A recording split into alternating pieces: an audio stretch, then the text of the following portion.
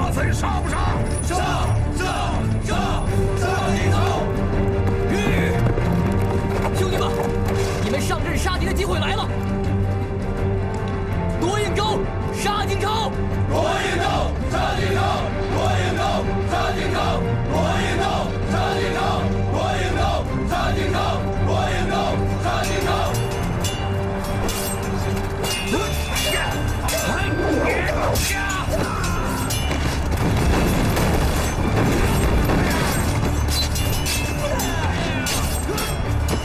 Yeah!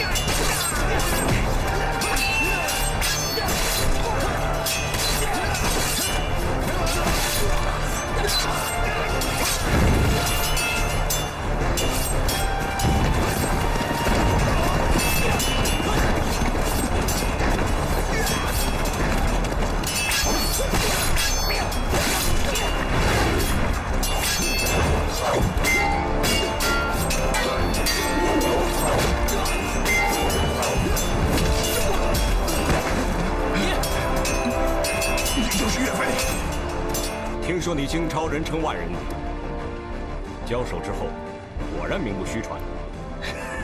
你是个将才，若能弃暗投明，为朝廷效力，本帅就法外施恩，饶你不死。饶我不死！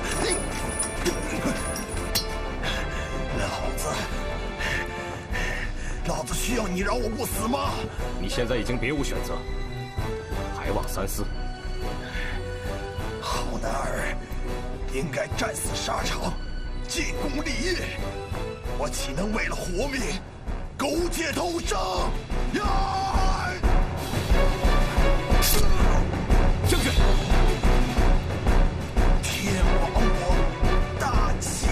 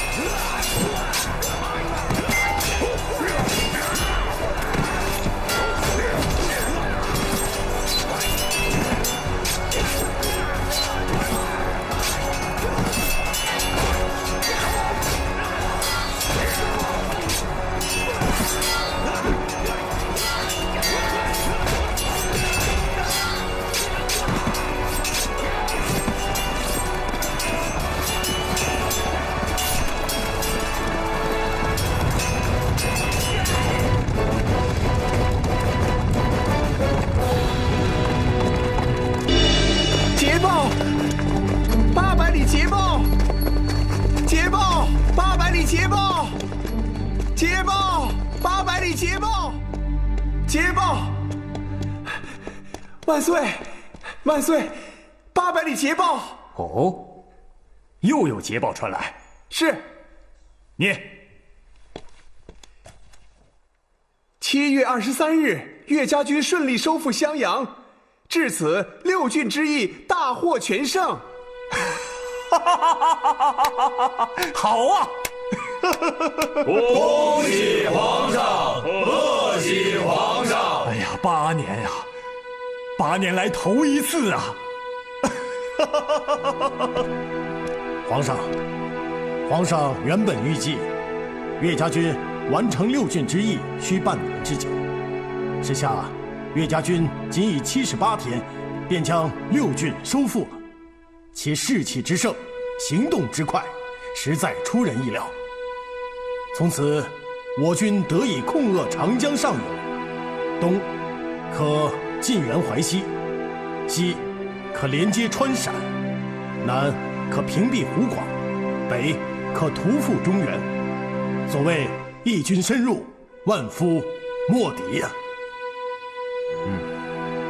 是啊，这次顺利平定襄阳，岳飞确实功不可没。朕以前只知道岳飞行军布阵，纪律严明，今天朕才真正体会到岳家军闯关破敌竟如此神勇。皇上，之前有句老话叫做“重赏之下必有勇夫”，可这句话我觉得可以改一改了。微臣知道之前攻打隋城，岳家军的好多兄弟因为吃不饱肚子，都逃跑了。在战场上，他们得不到奖赏，反倒吃不饱肚子，还要拼死拼活地为皇上夺回6郡。今天这词就应该改成是“大义当前，必有勇夫”啊！如果真如张将军所说的，这责任应该是你赵鼎的了。不错，朕发下的粮饷不多，可这次发下的粮秣应该是绰绰有余啊。皇上，这确实是微臣之过，微臣之过。岳家军行动如电，粮秣运输追捕不上，沿途又屡遭流寇抢劫，确实损失不小。微臣已经责成相关诸司大力改进，务使做到军中无饿殍，库中无存粮。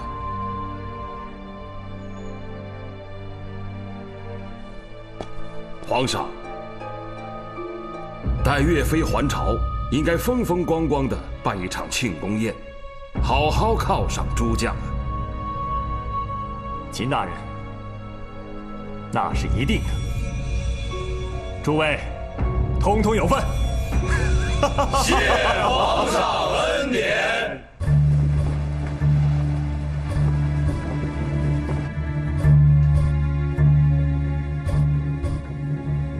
哎，刘裕又向我们告急求援。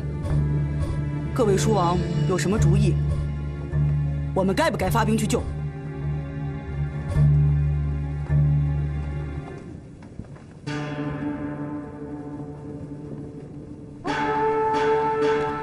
先帝立刘裕，原本是想让他保境开疆，让我们大金休养生息。如果刘裕没了，中原那么大的地盘很难统治。大宋夺下6郡，就像一只脚踩进了我们帐内，他们想进则进，想退则退。咱们在这里吃饭喝酒，还能安心吗？你的意思呢？平日里都是老大老四在领兵，这打还是不打，当然要看老大的意思了。大将军，你有什么主意？不救。战寒，这可不是你的风格呀！平日里你不是成天喊着打呀打的，怎么今日不打了呢？当初我就说不要立刘裕，不听。刘裕是什么东西？刘裕就是我们养的一条狗，放狗出去咬不了人，反倒要我们去救，这什么道理啊？荒唐！老大，咱们养的狗在外面被人打了，咱们帮他一把，不是应该的吗？大将军，我觉得四太子说的有道理。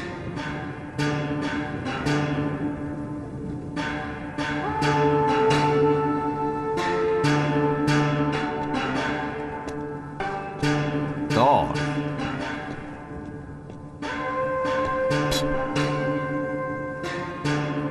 狗屁道理！要打你去打，反正我不去。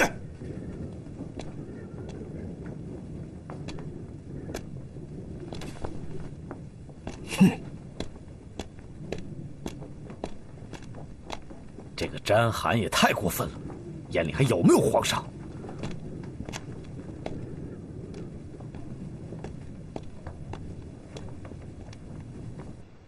官人，今天上朝怎么样啊？岳飞收复了襄阳6郡，皇上龙心大悦，准备封赏于他。啊？这么快啊？那我们怎么跟金人交代呀？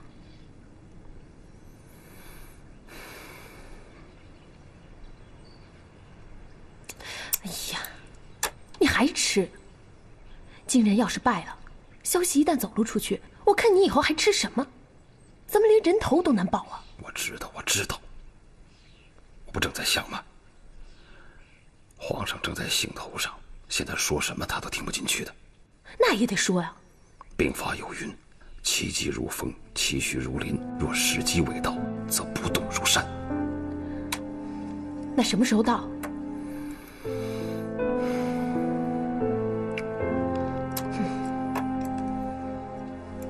哦，对了，希儿今天来看你，你没在。他不是在淮西吗？来干嘛？他父母都病死了，他不来找你这个义父找谁呀？你给他安排一下，他现在可是一身的好武艺。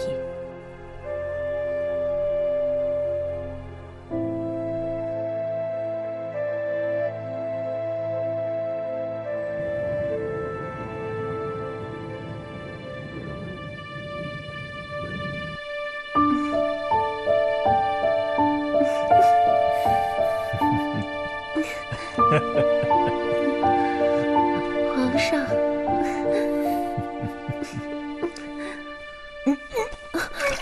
皇上，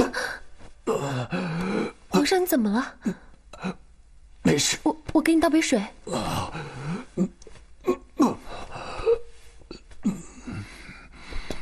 皇上，喝水。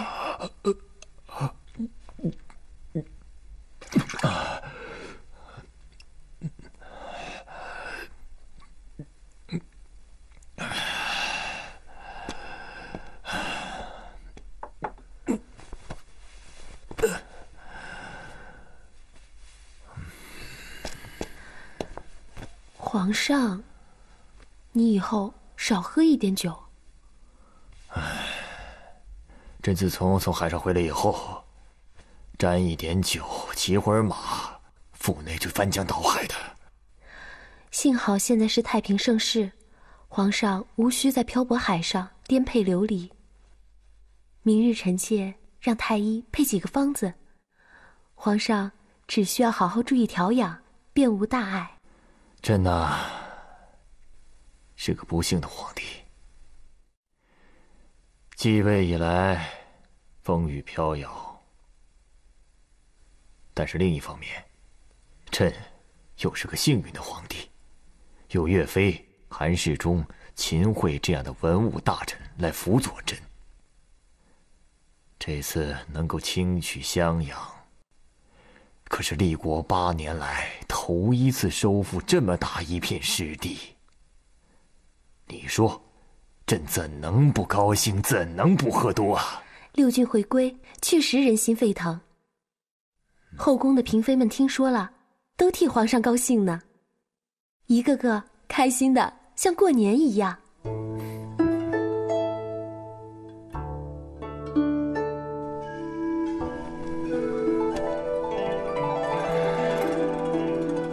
朕担心，这最光彩的时候，也是最危险的时候啊！皇上这句话，臣妾可就不懂了。是岳飞，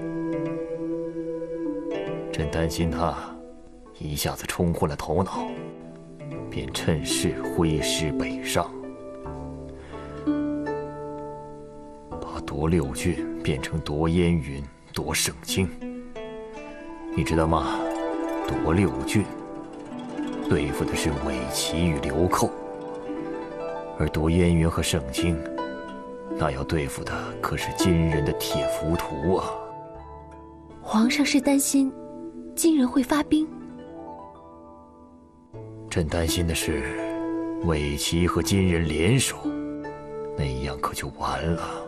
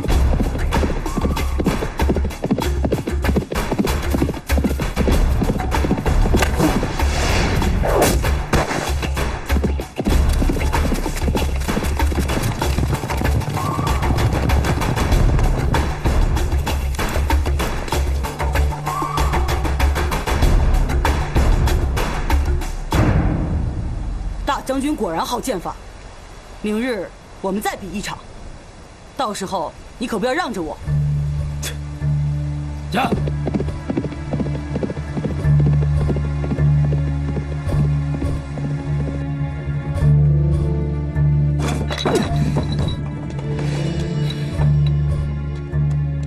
他这分明是在向我挑衅。皇上，如今太宗刚刚驾崩，江南又战乱不断，朝内尚有一些别有用心的小人在虎视眈眈。此时此刻，我们要做的就是坐稳人心。可是你今天也看到了，他当着所有人的面，竟然抢射我的猎物。他什么时候才能把我这个皇上放在眼里？如今尚有部分兵权在詹罕手中把控，我们现在不能与他正面交锋。我越忍，他越嚣张，他迟早要杀了我。那皇上有什么打算？明日我再邀他打猎，给他一个机会，也给我们一个机会。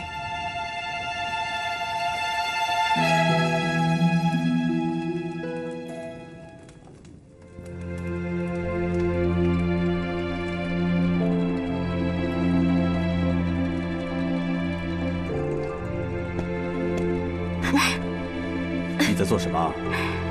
你看好不好看？好不好看？不是给你做的。不是我的，那是谁的？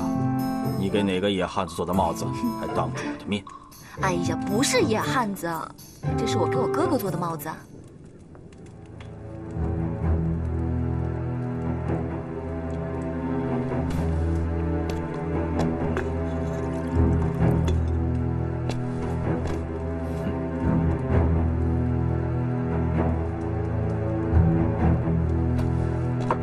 其实是这样的，哥哥前几天给了我一块兽皮，说让我给你做些褂子。可是做着做着就多出来这么一块，所以我就给哥哥做了个帽子。你不会真生气了吧？怎么会呢？我的灵儿如此心灵手巧，是乌珠的福气，我怎敢在您面前生气呢？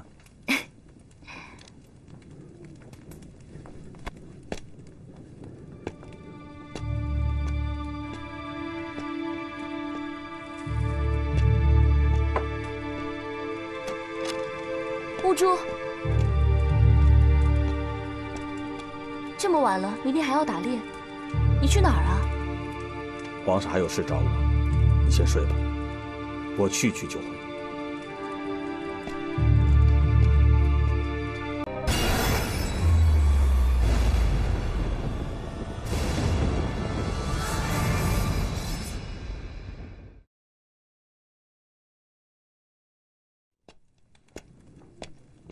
大帅，打猎的事情都安排好了？都安排好了。不过四太子回来了，师傅要和他商议啊。不用了，我信不着他。乌珠这次在岳飞身上吃了大亏，损兵折将，他想要报仇，还得来求我。那现在就是动手的最好时机。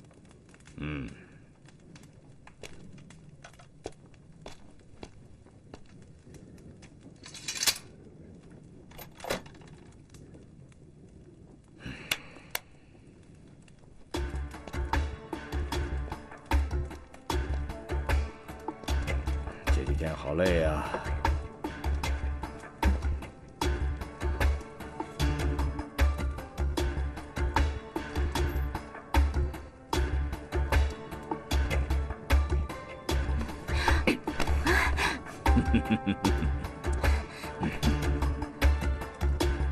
明天你要用这双手给我换上新衣服，按你们宋人的话叫什么来着？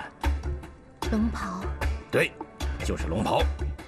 明天你给我穿上龙袍，你就是我的皇后，开不开心呢？那今晚我就陪大将军睡最后一晚，明日就陪皇上睡。哎。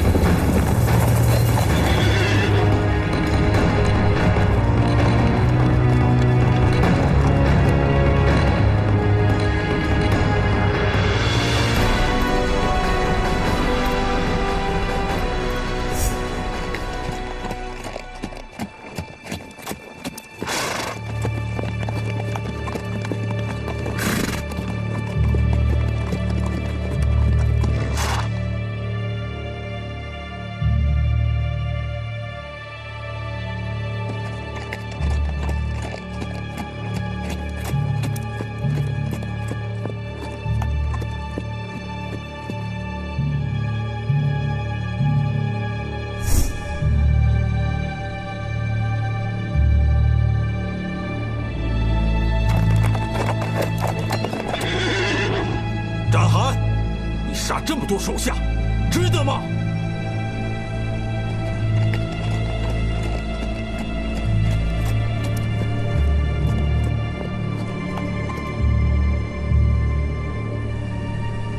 成大事者，不拘小节。今天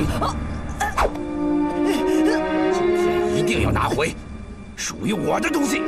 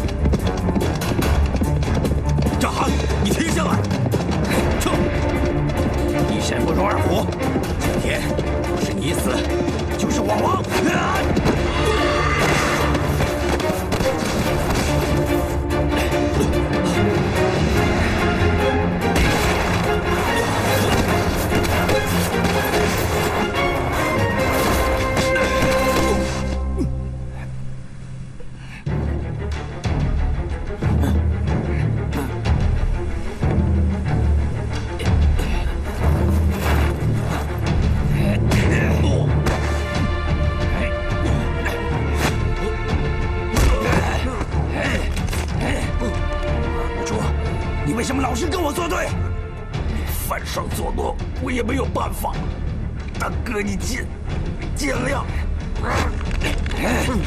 你小子给你灌了什么迷魂药，居然为他买命？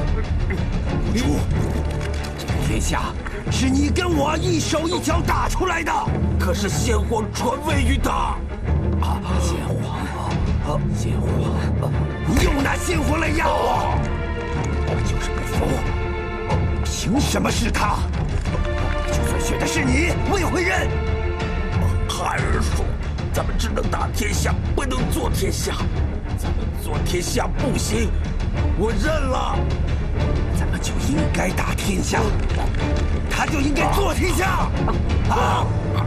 这是什么道理？这是天命。天命，我就是不服。谁要杀我，就来吧。大哥，你放我回去。”我会求皇上饶你不死的。我堂堂大晋勇士，只会战死沙场，怎么可能像一条狗一样摇尾乞怜？来吧，那就对不住了。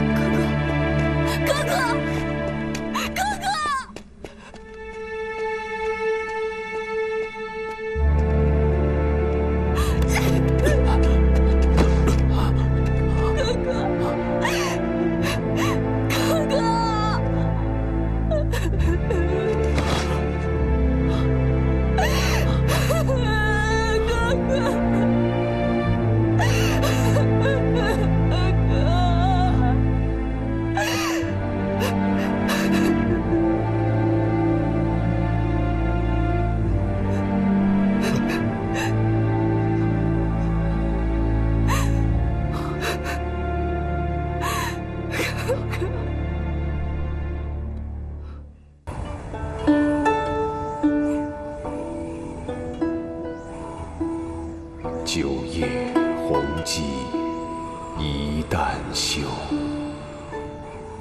猖狂不听，直臣谋。甘心万里为降虏，故国悲凉，欲点秋。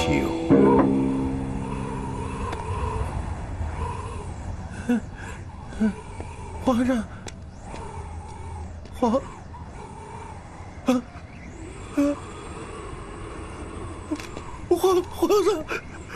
上驾崩了！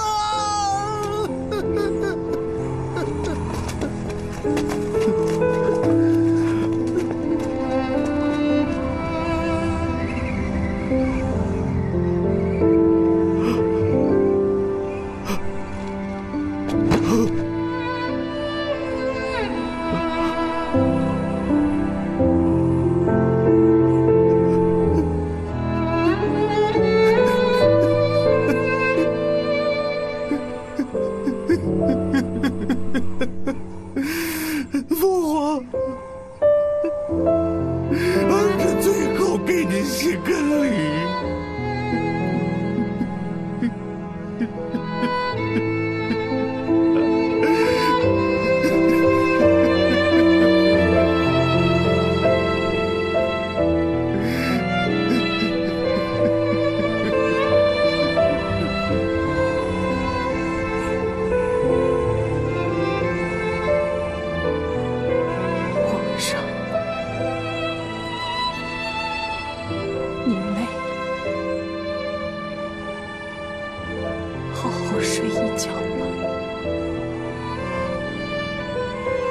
上这一生错为皇帝，若是身为庶人，定会像文人墨客般陷于野鹤，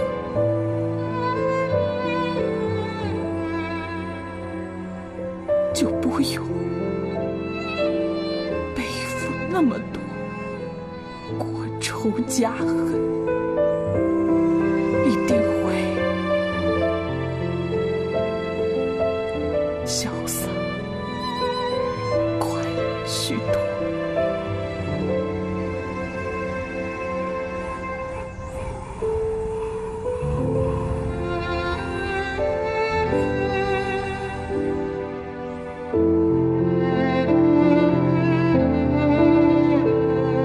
这回皇上啊，恐怕做梦都没想到，夺襄阳、灭伪齐，一切可以这么顺当。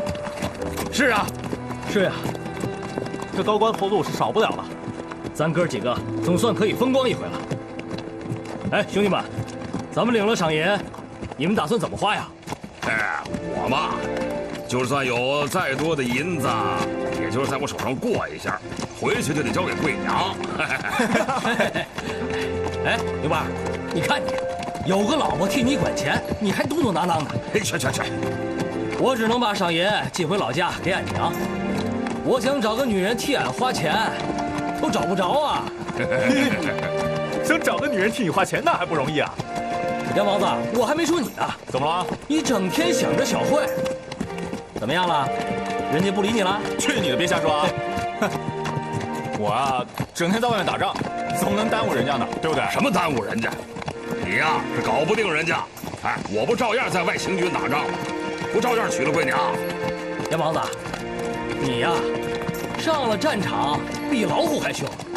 你怎么见了小慧儿，跟只小猫似的？喵喵！哎，喵喵！瞎叫唤什么呀？哎，你也别说我啊，你见贵娘啊也跟个猫似的，对不对？嘿，你说对了，我就是只猫，男子汉大丈夫，敢做敢当。吃猫怎么了？切，我乐意。杨毛子，说句心里话，你要是对小慧没那个意思，我回去可就下手了啊！哎，你敢？你看看，那你就赶紧抓紧了，兄弟们还等着喝你喜酒呢。就是啊，兄弟们等着喝喜酒呢。放心，这喜酒啊，一定让你们喝的啊！月圆，岳云，啊，想什么呢？不会是想起心上人了吧？县叔，你就别去笑话哟，看咱们的小银子，不好意思，脸红了。真是的。奉天承运，皇帝诏曰：升岳飞为湖北京西路宣抚使，官阶太尉，赐良田300亩，白银300两。其余诸将协助有功，官升一阶，另各赐良田100亩，白银100两，钦此。谢皇上文，臣等定当鞍前马后，誓死效忠。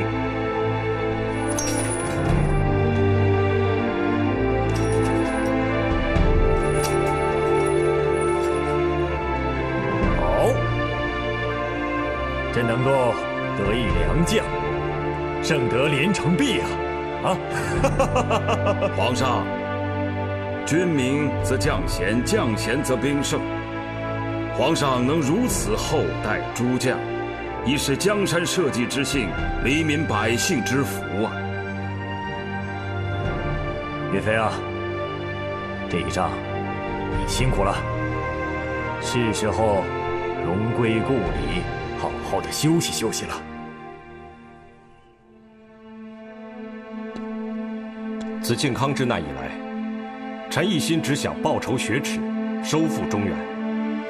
臣等将士也唯有一个信念：不负中原，不归故里。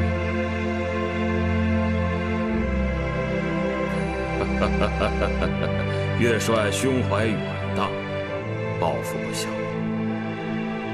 只是现在正是难得的太平盛世，宋金霸占，相安无事。你此时又何必再挑起战端，扰得天下不太平啊？今人亡我之心一日不死，天下便一日没有太平。今人没有放下刀枪，我等怎能放下？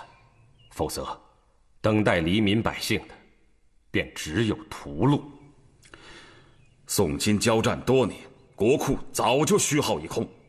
岳帅，你可算过，收复中原需要多少兵力，多少军饷？这些军饷又会给百姓平添多少赋税？岳帅，这些苦难，你说要算到谁的头上啊？眼下受点苦难，以后便可国泰民安。所谓一劳永逸，便是这个道理。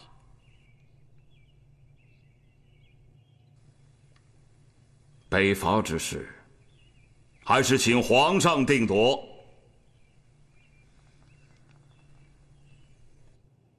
那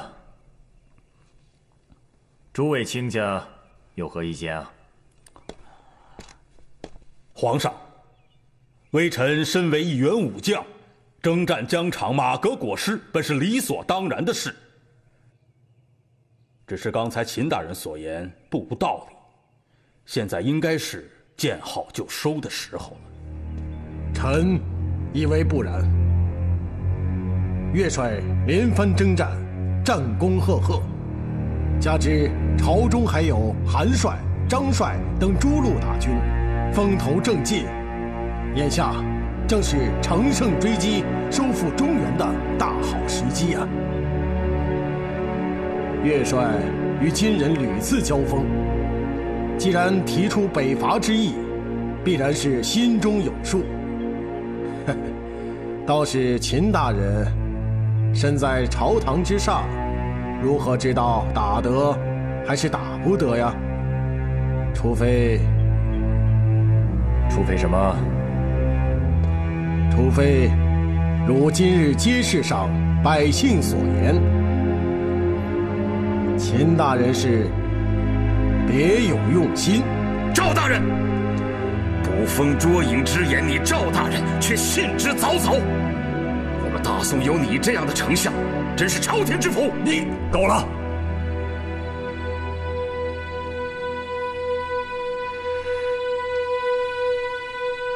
北伐中原，岂不在这一时？容朕再想想从长计议。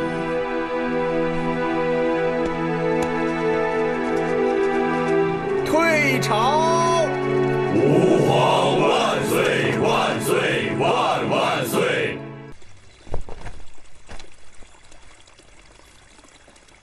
哎，众卿家都快坐。啊，谢皇上，皇上。哎呀，这扬州的风景秀丽如画，朕看了心情愉悦很多呀。啊，皇上，您请用茶。皇上，我们这扬州除了美景之外，还有其他三美。哦，有何三美啊？美食、美酒，还有扬州美人。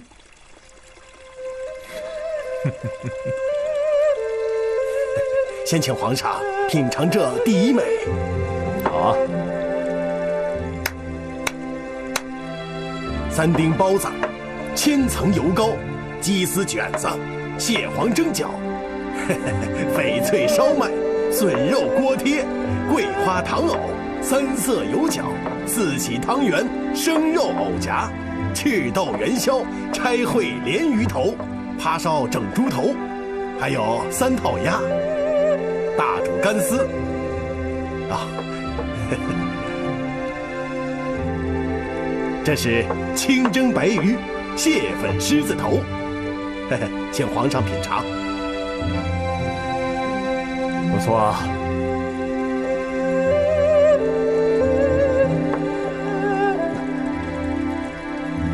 来，朕尝一尝。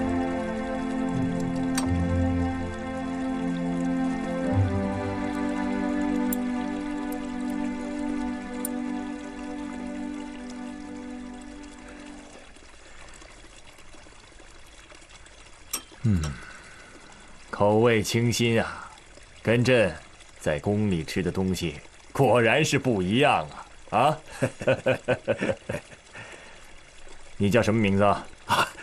下官扬州知州莫其谢。莫其谢，那这二美呢？啊，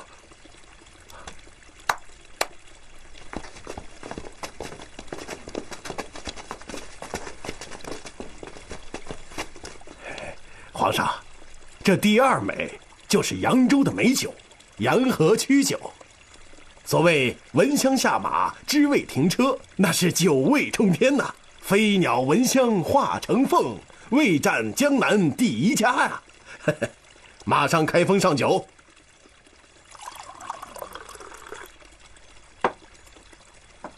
皇上，请您品尝。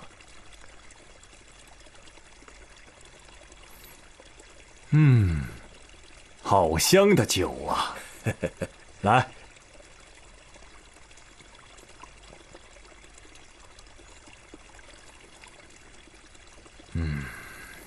好酒，好酒啊！来来来，众卿家一起来。诸位大人请。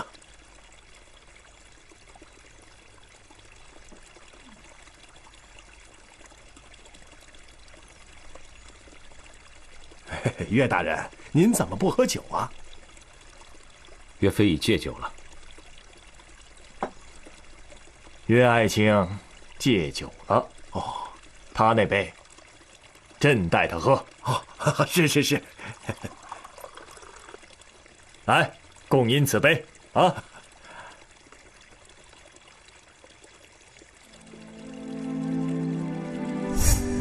臣曾喝酒误事，从那以后，臣便立志戒酒。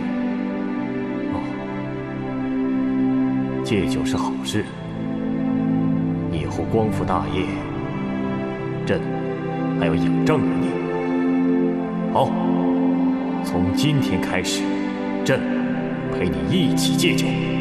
等驱逐了金人流寇，光复中原之后，你我再好好的畅饮。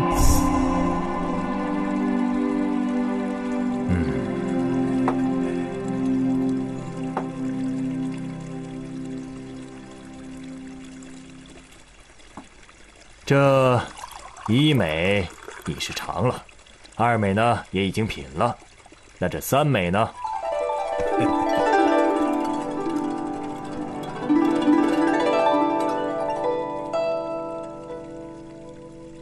皇上，自古扬州美人如云呐。啊，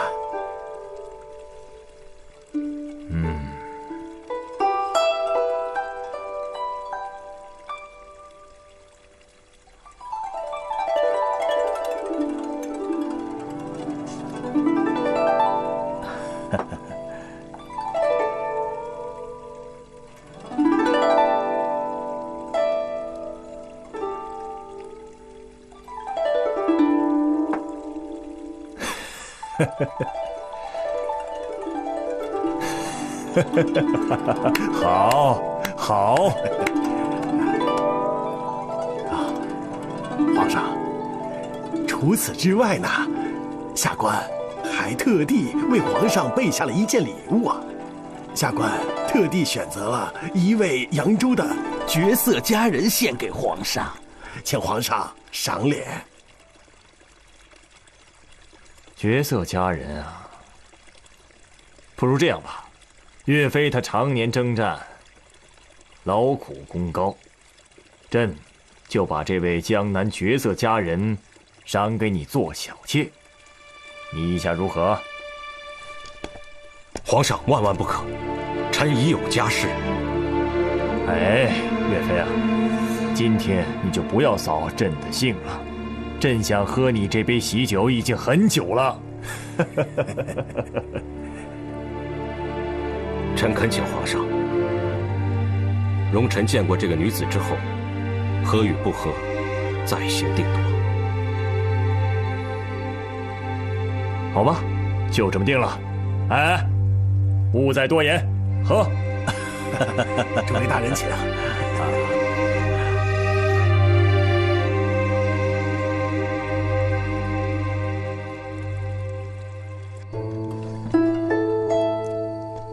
岳将军，这位姑娘是江南第一美人，是皇上特为将军挑选的，赐给将军做妾，还请将军笑纳。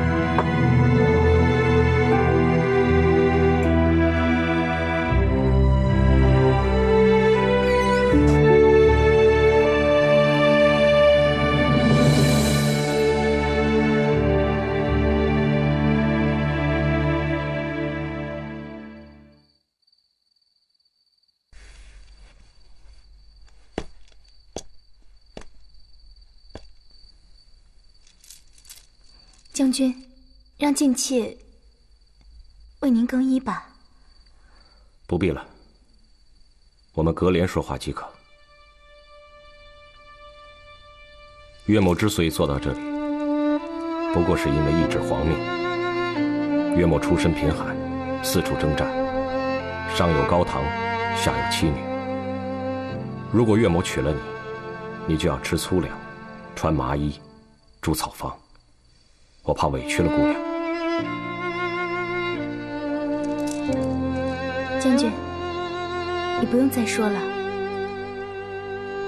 你是我最敬仰的英雄，你为了我们大宋江山出生入死，征战沙场，救黎民百姓于水火之中。能够陪在将军左右，是近妾的荣幸。你放心，我什么苦都不怕。承蒙姑娘厚爱，就算我岳母真的娶了你，我也绝对不会倾心于你。为何？难道将军是觉得我配不上你吗？不是，小姐是绝色佳人，世所罕见。不过，在下曾经答应过妻子，即使再富再贵，也不会对她心存二心的。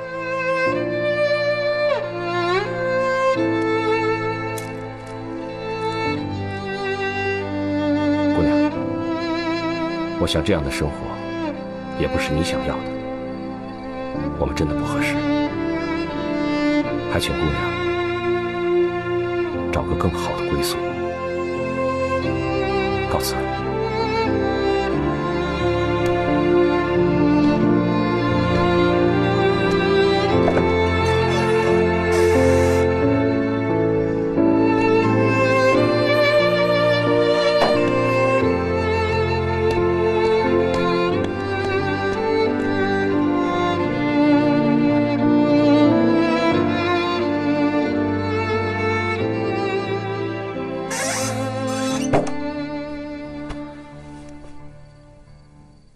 张爱卿，你知道吗？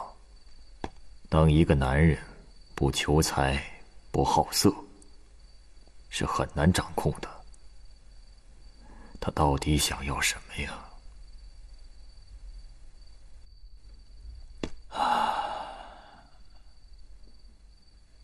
那只有第三样了，权。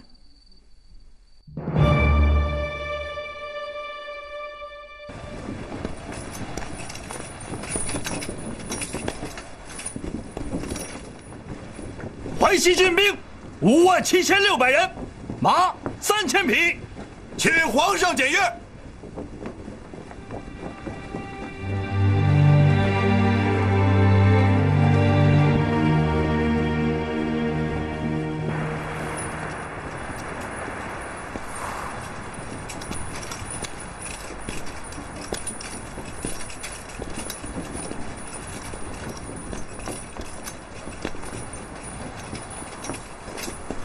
这城墙常年失修，简直不堪一击。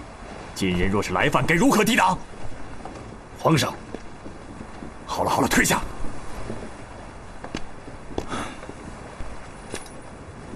朕自从海上归来，身体便一日不如一日，遍寻名医，亦无良方。可是如今，朕看到你们父子二人能够并肩作战，朕好生羡慕啊！皇上日夜为社稷操劳，龙体欠安，我们这些做臣子的，该多为皇上分忧才是。金人近来有何动静？自从金兀术杀死詹憨以来，金人那边消停了许多，但臣认为，金人正在厉兵秣马，准备再一次南下。哦，那尾齐那边情况如何？皇上，臣接到密报，金人废黜刘裕之后，意图改立先皇太子为傀儡皇帝。他们图谋制造两宋南北对立之局面。朕也听闻此事了，不知爱卿有何良策啊？金人惯行的就是以汉治汉，不过这一次他们这步棋走得狠了一点。对了，岳帅，你对尾齐颇有了解，你看应当如何？金人一贯主张以汉治汉，张邦昌、刘裕莫不如此。然而这次有所不同，先皇太子是赵氏的正根儿，一旦他在汴京登基，中原民心士气便心向新地，到时我们再想北伐，便难如登天了。皇上，为民心士气考虑，皇上需当机立断，册立太子，以破金人阴谋。大胆！作为武将，怎么可以干预内政？皇上尚无子嗣，拿什么来立太子？文官武将皆为大宋臣僚，忧心国事，怎分内外？皇上，若此时立了太子，便可攻破金人之阴谋，此为攘外。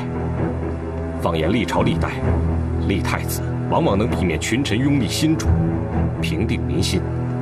皇上此时若立了太子，便能向世人展现一个胸怀宽广的君王，此是为安内。故而，立太子是攘外安内，平定天下之举。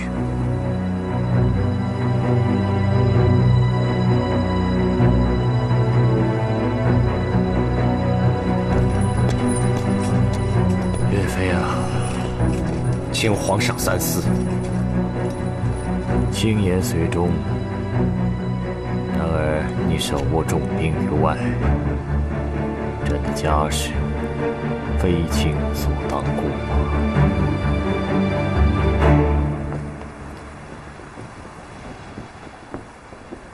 以前，朕拟定让爱卿掌管淮西军的军权。后来，淮西军向朝廷上报，说他们非常服从王德，希望朝廷能够把重任交予王德。这件事情，朕十分为难。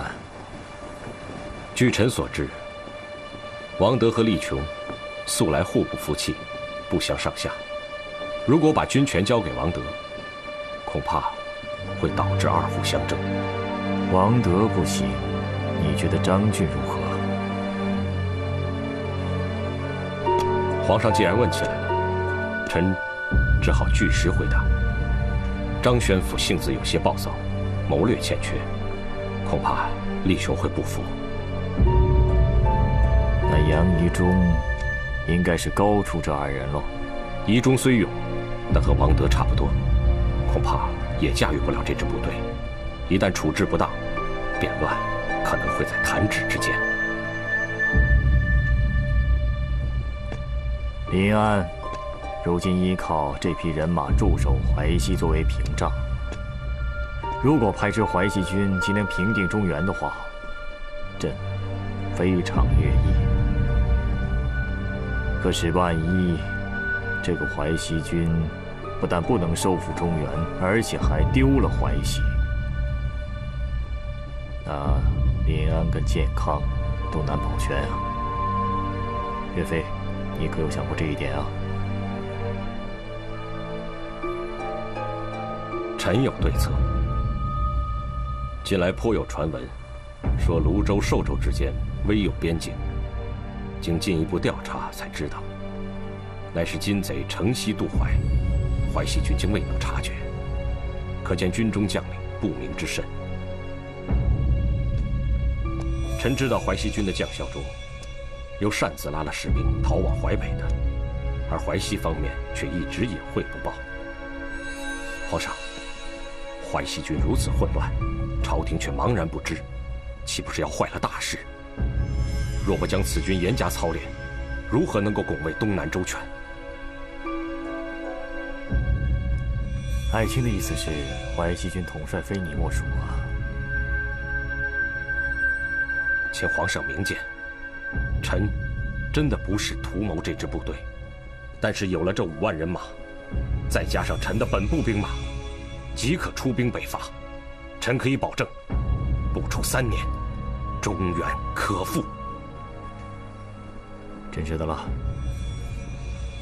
朕与金人不共戴天，北伐之时，朕何尝有一日敢忘于心啊？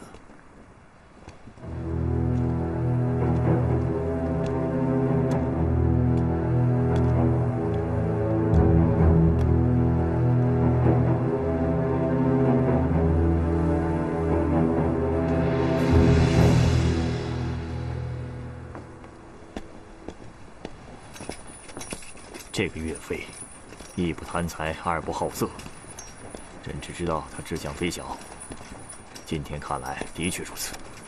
立太子的事应该是一早预谋好的。对淮西军又虎视眈眈，我怕他是另有所图啊。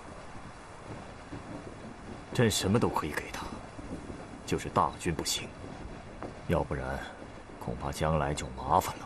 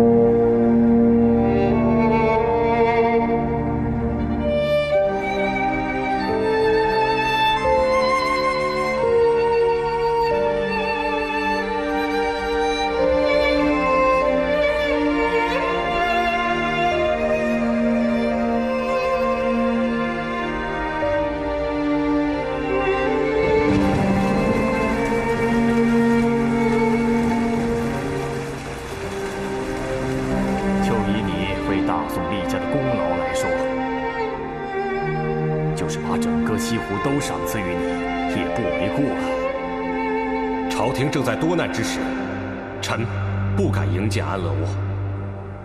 赵爱卿的意思，淮西军统帅非你莫属。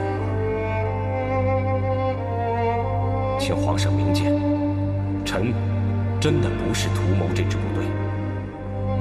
此事容朕再想一想。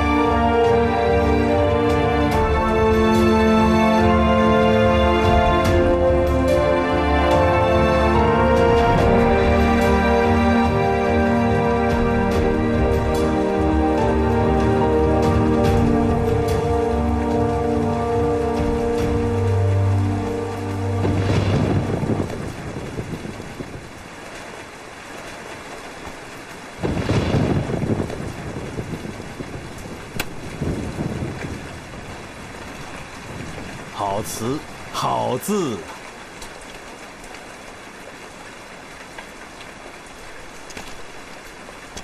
张帅怎么会有兴致冒雨之词啊？我听说你出了门，便一路跟了过来。皇上让我把这个交给你。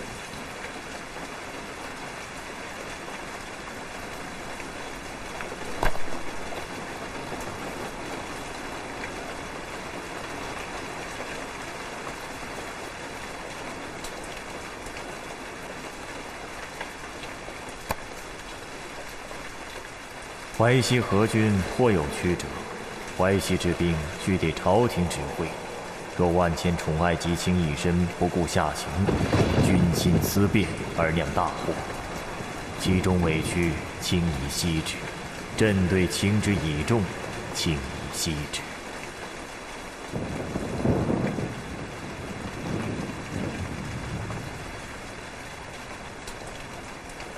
皇上为何突然改变主意？这个我可不知道啊。但是王德担任总管，力琼为副总管，这已经是成定局的了。我找皇上去。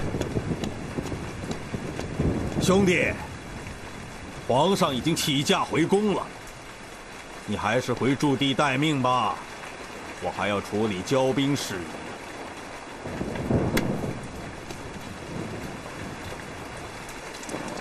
天威难测呀，这朝堂之上可不比在外边打仗，有很多事情不是你能打胜就可以全都解决的。兄弟，好自为之吧。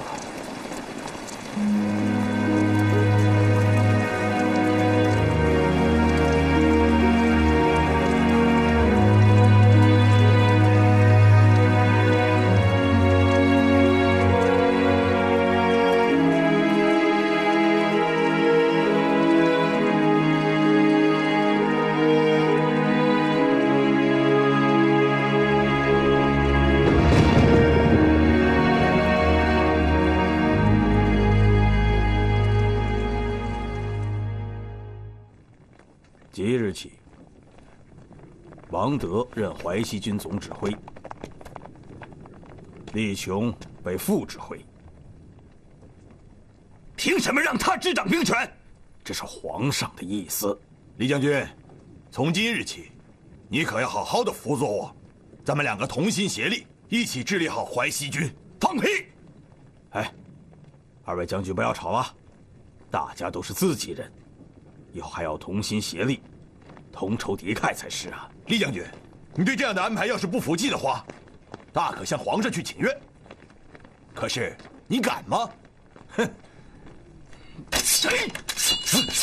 你要干什么？放肆！把剑都收起来！哼！收起来！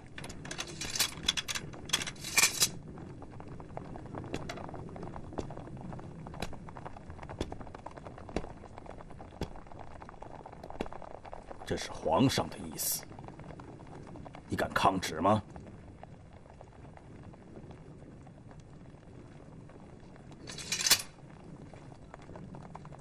哼！什么东西？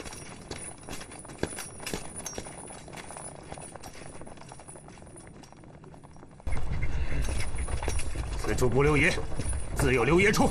将军，现在咱们该怎么办？与其在王德手下受气，不如另谋高就。您的意思是？我们举头巾。啊？头巾如何取信于金人？对，我们不能空手去投，要备份大礼。皇上刚刚离开扬州，现在动手还来得及。小小心意不成敬意，还请张大人笑纳。